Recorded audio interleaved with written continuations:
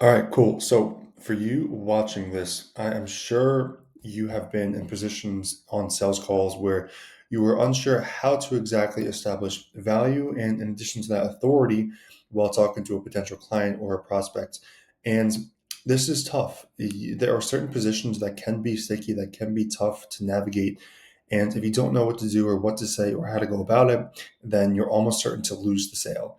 And that's not just you losing a sale. You have to think of it as you're losing thousands of dollars. And in addition to that, another way to think about information that you don't know or how to handle things, whether it's all parts of the company, but you're actively losing money. And that's how you should think of it. And I consistently think of myself of actively losing money from the company, from potential clients, from sales calls when I don't know how to go about a certain situation.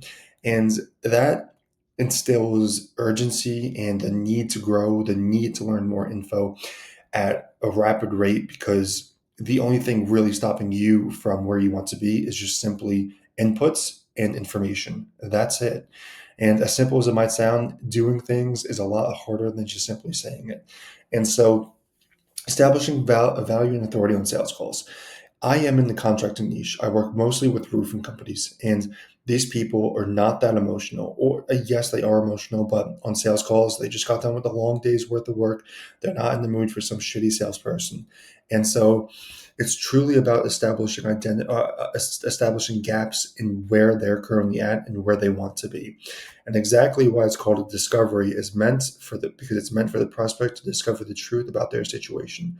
And you do this by asking right questions, the right quality questions. If you ask shit questions on a setting call, you're not going to get a show. If you ask shit questions on a sales call, you're not going to get a show. And you need to put these people in a state of slowly coming to the realization that they're not where they want to be. And the reason why, that's the harsh truth. Now, you have to uh, identify,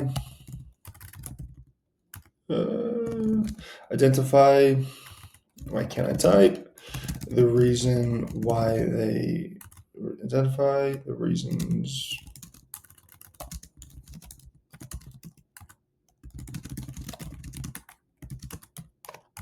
Okay, now when doing this, it's important to understand where they're currently at, their current situation, what they've done, and where they want to go.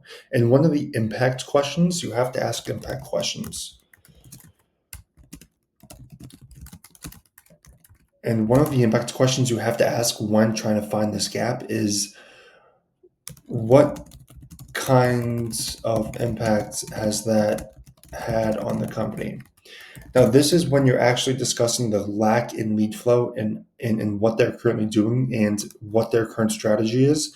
If you also ask contractors, what is your current marketing strategy? I mean, they're just not going to know.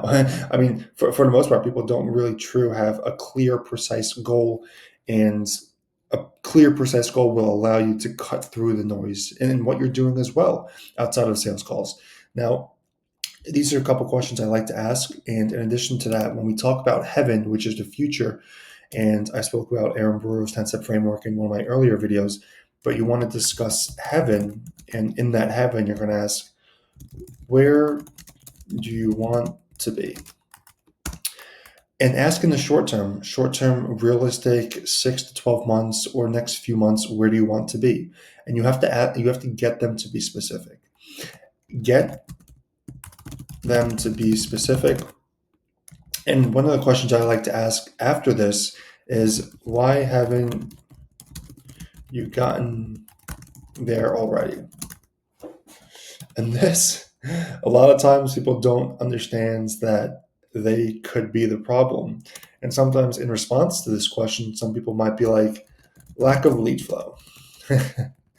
Lack of lead flow is why I'm not there. And it's like, yeah, no crap, we're on this call for a reason.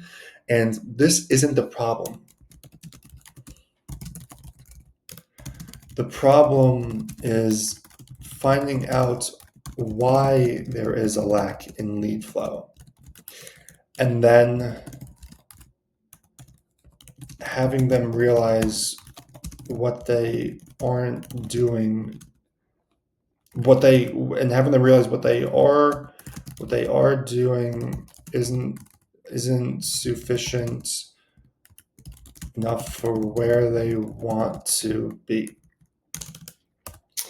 And this is going to hopefully allow you to establish that there is a gap in where they want to go and where they're currently at, and that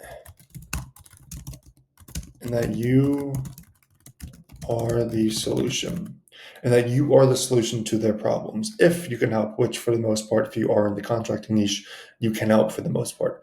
Now, establish this gap, realize that you are the solution, but also have them come to their own conclusions in that they are possibly the reason why they aren't where they want to be.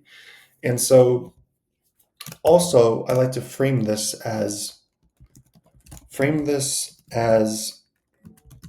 the amount of work they can handle at current capacity is money they are actively losing. That's how you should think of it. So, what I mean by this is you ask how many jobs they're currently doing, how many more can they handle at current capacity. Some people might say, yeah, I can handle whatever I can take. No, that's a lie. Have them get specific. What does that mean? And so, and then what you want to do here, if it's 10 jobs, 10 jobs extra a month, then with an average price point of roughly 10K, that's 100K in rev they are actively losing. 100K, guys, over 1 mil a year. And this is how you should be thinking of things. This is how you establish what they're currently doing isn't working, especially if they can handle more work, and that what their marketing strategy is, what they assume that they're doing, it's just there is no strategy. There are also no clear goals. And when you do have prospects that understand this, and when you do have prospects that do have goals, do have their shit in order, or making a couple mil a year, then you establish what they are doing isn't working to where they want to be. And then you can help them getting there by being the bridge to where they're currently at, to where they want to go. And at the end, you can also kind of establish this, not by directly telling them, but also by asking questions. Because you can't, the more you kind of shove your knowledge or wisdom onto someone, and if they aren't that receptive, it's not going to work out, and they aren't going to be willing to kind of soak in your information and digest it. But rather, you ask questions so that they speak and that they come out and that they start talking about this gap themselves, because again, you want them to realize their current situation. Now, this is how you establish value and authority, by basically saying that you can help. There's a gap in what they're doing. They haven't been able to fix it themselves, and they're actively losing over a mil a year just by being where they're at. And then you ask impact questions by saying, what kind of impact is this happening on the company? What can an extra mil a year kind of do for you guys? And that's that. So I really hope this helps in establishing value and authority, and that's all.